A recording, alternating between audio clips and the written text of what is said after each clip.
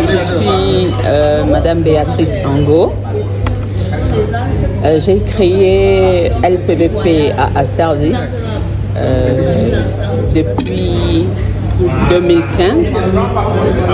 En fait, nos objectifs se dirigeaient dans le consulting.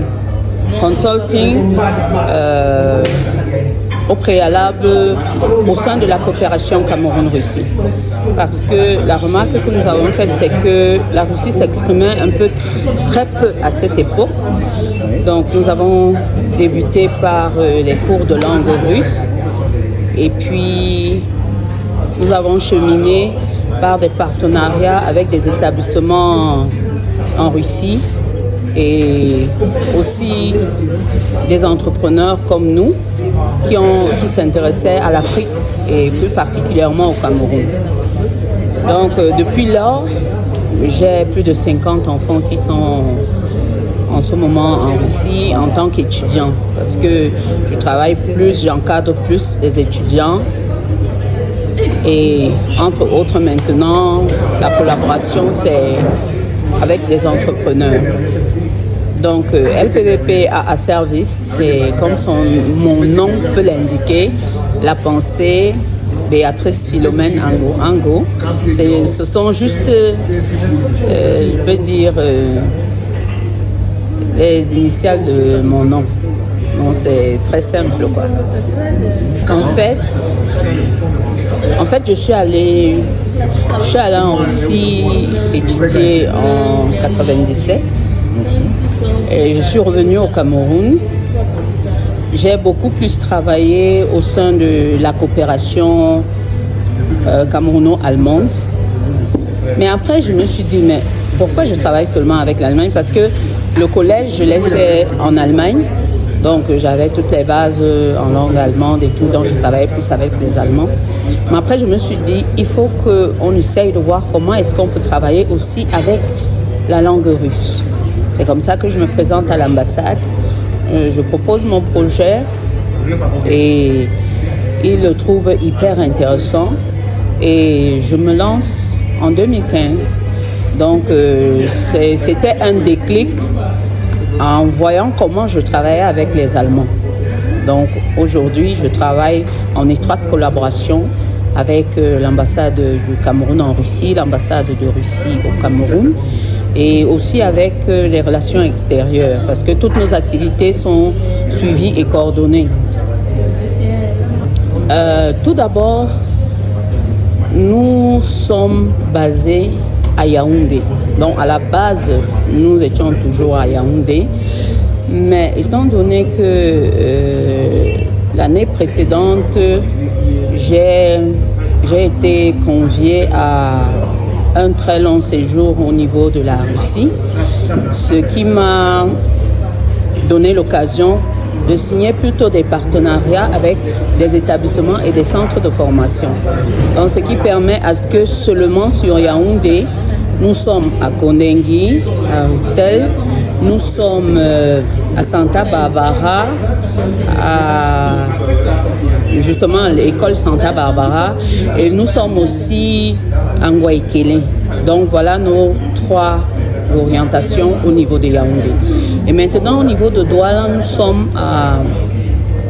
au village, au niveau de Pi Université, et aussi toiture verte à Makepe.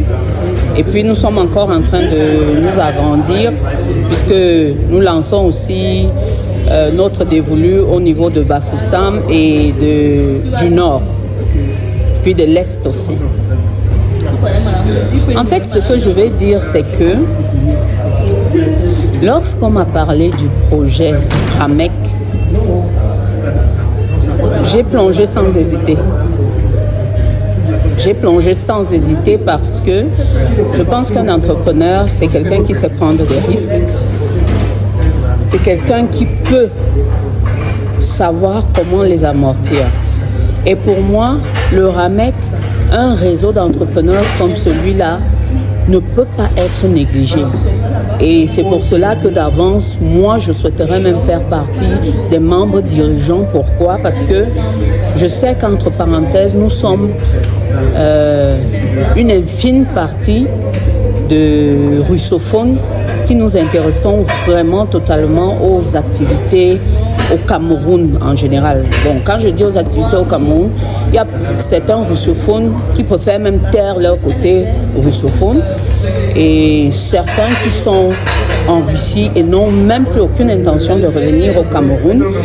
Et donc, pour moi, ce serait une aubaine d'appeler mes frères russophones à vraiment se mettre en synergie, en réalité en étudiant aussi l'intention des Russes à collaborer avec l'Afrique pour développer ensemble. D'où la plateforme que nous sommes en train de mettre sur pied, que nous appelons Russia and Opportunity. Parce que là, nous allons proposer des opportunités russes qui peuvent permettre à l'Afrique de se développer. Parce que le russe, il a une autre approche qui diffère des Européens de l'Ouest. Je ne voudrais pas faire des comparaisons, mais je pense qu'ensemble, on est plus fort. De toute façon, avec l'accompagnement des Russes et du monde russophone, nous avons étendu nos antennes au niveau de la Biélorussie et aussi d'autres pays européens qui souhaiteraient vraiment peaufiner cette relation. Parce que j'ai l'impression qu'avec la guerre d'Ukraine, les gens pensent que les Européens de l'Ouest sont totalement réticents à une collaboration avec les Russes. Non. Je vais vous donner un exemple. Le programme à la Bougastar, c'est un programme qui permet aux jeunes d'obtenir des bourses, de travailler, d'être formés. Et les investisseurs au sein de ce programme sont les Allemands, les Belges, les Russes et presque plusieurs entreprises dans le monde entier. Donc c'est pour vous dire que dans la collaboration, il n'y a pas de limite. Il suffit de faire les meilleurs B2B et de signer des bonnes conventions. Et il y a aussi Dubaï qui nous accompagne dans toutes nos activités. Donc, ne nous mettons pas de côté. Ce qui a permis à ce que finalement, nous décidons d'implanter une école en Afrique. Quand je dis en Afrique, nous allons débuter par le Cameroun et d'autres pays. Une école que nous appelons The Genius School LPBBAA. Cela permettra aux enfants de maîtriser plusieurs langues, dont le français, l'anglais, l'allemand, le russe.